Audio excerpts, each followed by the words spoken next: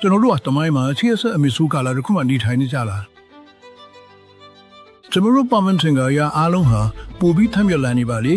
တေအိုင်ဒီစမအင်ဒီအញ្ញရာဖွင့်ထားတဲ့စပစ်စီလီပေါ်ဘဝတွေကပုံမြန်ဆက်လာတယ်ပိုအစင်းဖိလာတယ်ပိုပြီးတော့လည်းအခြေကဆက်မိလာပါလေ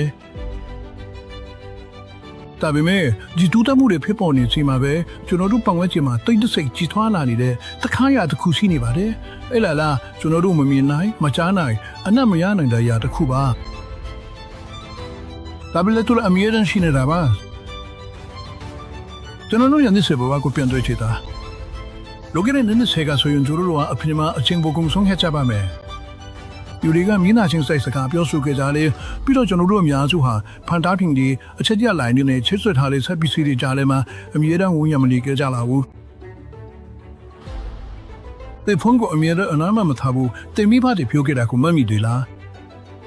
ဝိဂျုံလာတော့ဒါယူစင်တဲ့ဂျမ်ပစ်စကတခုလိုပဲသင်ခဲ့တာဒါပေမဲ့ဒီနေ့ခေတ်မှာတော့ကဘာကြီးကအများကြီးကွဲပြားခြားနားတော့ပါပြီ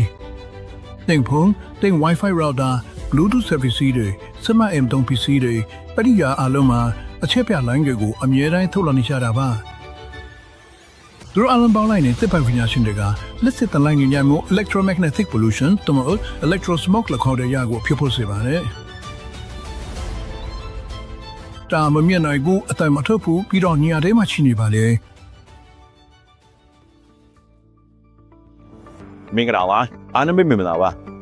ကျွန်တော်ရဲ့နေထိုင်ရာနေရာကိုကြိုဆိုပါတယ်ကျွန်တော်နာမည်ကဆိုင်မလိုပါဒီနေ့တော့ကျွန်တော်ရဲ့နေထိုင်ရာပေါ်ပေါင်းခြင်းမှာ electro smoke ဘယ်လောက်ထိတွေ့နေရလဲဆိုတာကိုအထီးအကျသိရအောင်လိုက်ကြည့်ကြမှာပါကြောင်းကြအောင်အခုမြေကြီးကရှိတာတော့ကျွန်တော်တို့မမြင်နိုင်တဲ့ညာတစ်ခုကိုဘယ်လိုစပြီးနားလည်နိုင်မလဲဆိုတာပါမယ်အဖြေကတော့ကျွန်တော်တို့ကဒါကိုတိုက်တာချင်းကလေးစတင်မှာပါဒါကတော့ EMD တရားပါသူကကျွန်တော်တို့နေ့စဉ်သုံးနေတဲ့စက်ပင်စည်းတွေကနေထပ်လာတဲ့ electro smoke ပမာဏကိုဒိုင်းတာပြီးရှာဖွေပေးတာဖြစ်ပြီးသူပြတဲ့အချက်လက်တွေကတင့်ကိုအံ့အားသင့်စေနိုင်ပါတယ် EMG တရားက AEI လို့ခေါ်တဲ့ mobile circuit တစ်ခုကိုအသုံးပြုထားပြီးအဲ့ဒါက ambient electro smoke index ပတ်ဝန်းကျင်ဆိုင်ရာလက်စစ်တလက်ညဉ့်ညမ်းမှုအညွန့်ကိန်းကိုကိုးစားပြုပါလေဒါကိုစိတ်ရောင်တဲ့နေရာဝါရောင်လေးမော်ရောင်နဲ့အနီရောင်ဆုံးတွေအထိတရားတာပြတဲ့ရိုးရှင်းတဲ့မြင်တတ်တဲ့လမ်းညွန်တစ်ခုလိုတပိုးထားလိုက်ပါ။ရောင်တစ်ခုချင်းစီကတင်ပတ်ဝန်းကျင်မှာရှိတဲ့ electro smoke ပမာဏအဆင့်ဆင့်ကိုပြသပြပါတယ်။ဒါကိုမြင်လိုက်ရတဲ့ကဒီလိုညင်းချက်မှုပေါက်လေးတွေပတ်ဝန်းကျင်မှာတော့တင်ပတ်လည်းမှာညဉ့်ညမ်းမှုတွေဘလောက်များနေလဲဆိုတာကိုတင်စတင်သဘောပေါက်လာပါလိမ့်မယ်။ကိုဒါကိုကြည့်လိုက်ပါ။နေ့စဉ်သုံးဆက်ပစ္စည်းတွေကိုဖွင့်ပြီးအသုံးပြုလိုက်တဲ့အခါမှာတော့ဒီကြတာကတုံ့ပြန်လာပါတော့တယ်။တချိန်ကမမြင်နိုင်ရတဲ့ຢာတွေကအခုတော့တိုက်တာလို့ရလာပါပြီ။ဒါဆိုရင်ကျွန်တော်စိတ်ကူးရင်နေတာမဟုတ်ဘူးပေါ့။ဒီညဉ့်ညမ်းမှုတွေကတကယ်ကိုရှိနေတာပါ။ကျွန်တော်ဒါလေးကအများကြီးဆုပ်ယူမိနေတယ်လို့တင်လေအဲ့ဒီအတိုင်းပါပဲ။ Router 7 လိုမျိုးကျမကြီးစောင့်ရှောက်မှုပညာရှင်တွေတောင် electro smoke ရဲ့ဖြစ်နှံ့ကြီးရှိတဲ့ဘေးထွက်ဆိုးကျိုးလေးပေါ်စိုးရိမ်မှုတွေရှိနေကြပါတယ်။ ကလေးတွေဦးနောင်ဥပမာ hypothalamus လိုမျိုးနေရာတွေကလူကြီးတွေထဲလက်စစ်တလဲစကွင်းတွေကိုတကြတော့မှငါဆိုင်ကနေနစ်စတီပေါ်ပြီးစုပ်ယူတတ်ပါတယ်။ဒါပေမဲ့ကလေးတွေရဲ့ယူဒင်းချင်းစီကိုကြည့်မယ်ဆိုရင်တော့လူကြီးတွေထဲလက်စစ်တလက်ရောင်ကြီးကိုတစ်ဆက်ဆက်လောက်ချီပေါ်ပြီးစုပ်ယူနေတာကိုတွေ့ရမှာပါ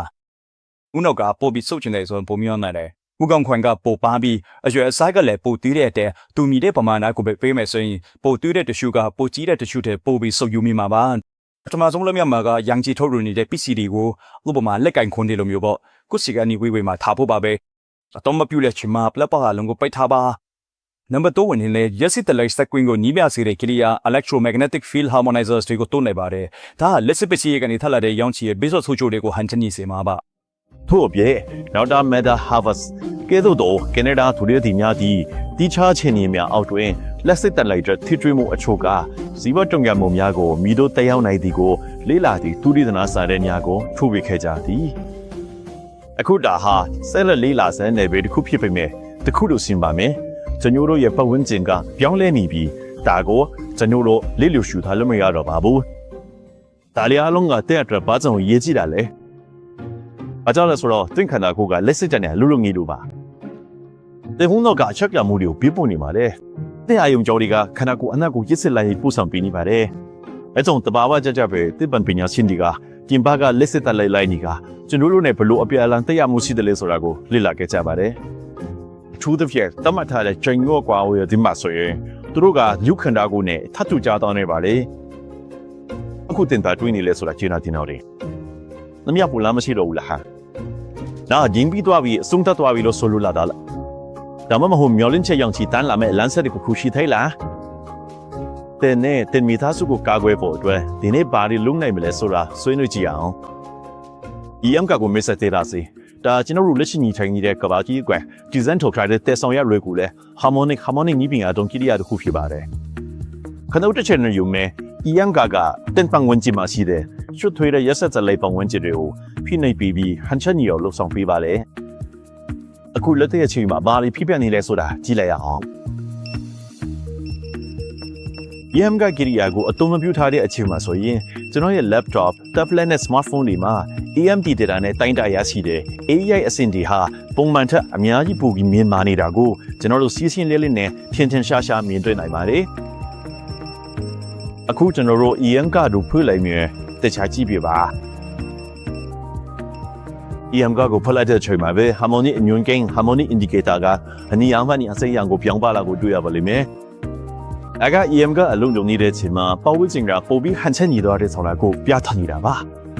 ပြီးတော့ AEI အဆင့်ဒီကလည်းအစင်းအစုံတဲ့ဦးကျဆင်တာပါပြီဒါက M ကကိုတင်ပိုင်ဆိုင်နိုင်တဲ့အစွမ်းထက်ဆောင်ကိုပိုင်ကာကူရီပစ္စည်းတွေကဒုက္ခဖြစ်လာစေပါတယ်အခုဒီအပင်လန်တဲ့အောင်မကိုပုံမနားလဲဖို့အတွက်တန်ခုအဗ်ဒူရဟမန်တက်ကဒိုမာတိပန်ဌာနာရဲ့ဒုတိယဌာနမှုဖြစ်သူဒေါက်တာတဲလိုက်ကွန်ဦးစံဘီစန်တက်လေလာမှုတစ်ခုပြုလုပ်ခဲ့ပါတယ်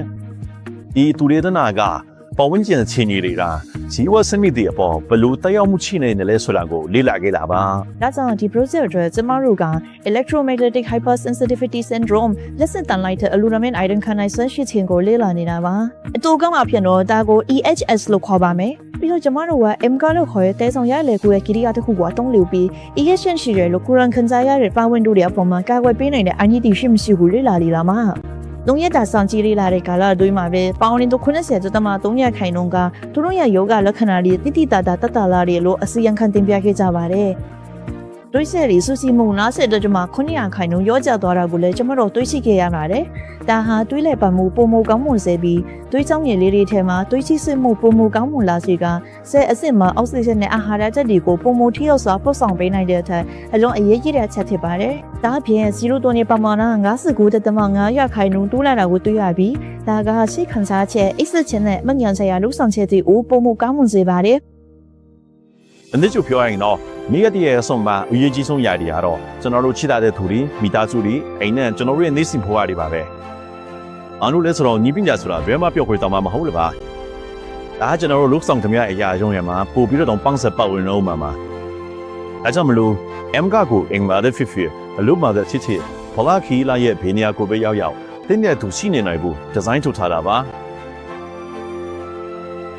ဒီတရစကားကတင်းစီထဲမှာတစုံတရာခန်းစားမိတဲ့ဆိုရင်ဒီဗီဒီယိုကိုတင်းစီမြဝေပေးတဲ့သူကိုစစ်သွေးလိုက်ပါပြီးတော့တင်ဒီနေ့ပဲ M ကိုင်းနာတူတင်းခီလန်ကိုစတင်တော့မှာဖြစ်လို့ကျွန်တော်အញ្ញမ်းစိတ်လို့ရှာမိပါတယ်ကျွန်တော်နာမည်က Simon မှာ view site ချပါ view ထဲလုံခြုံစွာနေထိုင်ကြပါ